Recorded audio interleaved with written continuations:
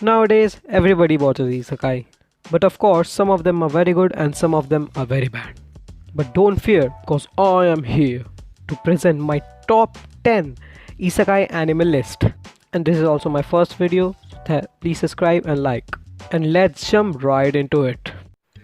No Game, No Life, episodes 12.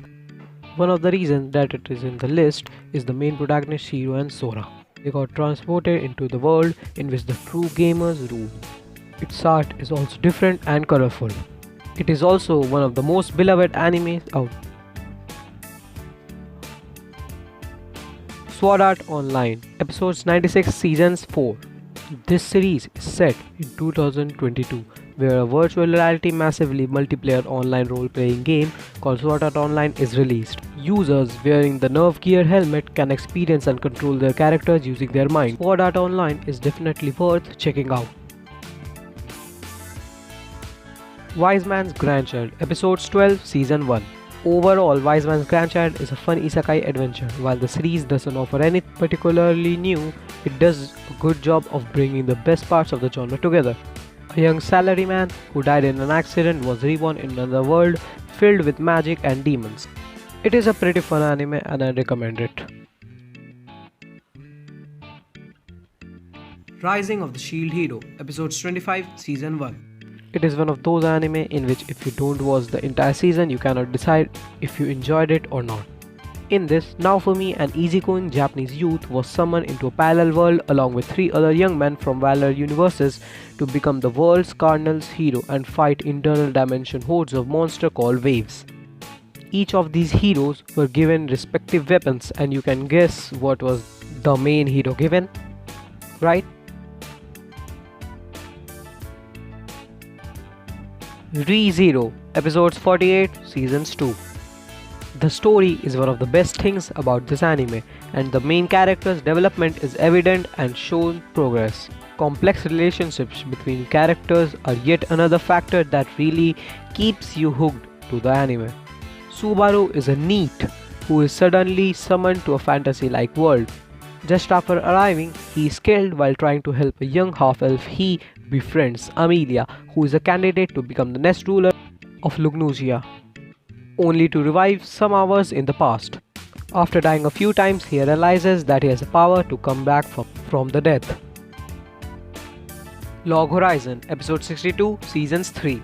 Story takes place in a universe where 30,000 Japanese players or several hundred thousands of players worldwide are trapped in the fantasy online game world called Elder Tale.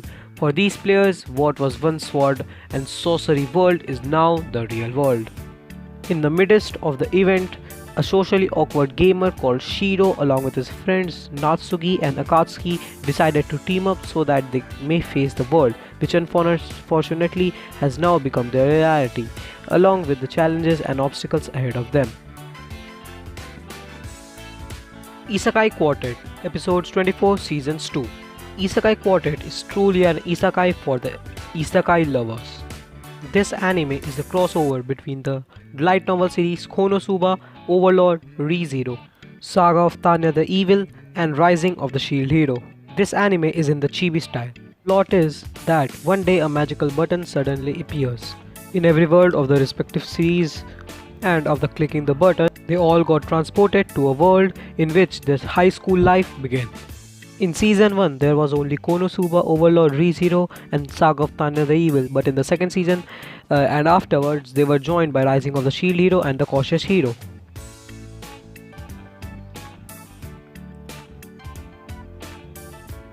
Konosuba, episodes 20, seasons 2. I highly recommend this anime. It's absolutely hilarious and is extremely anti-cliche, kinda like Gintama in a way.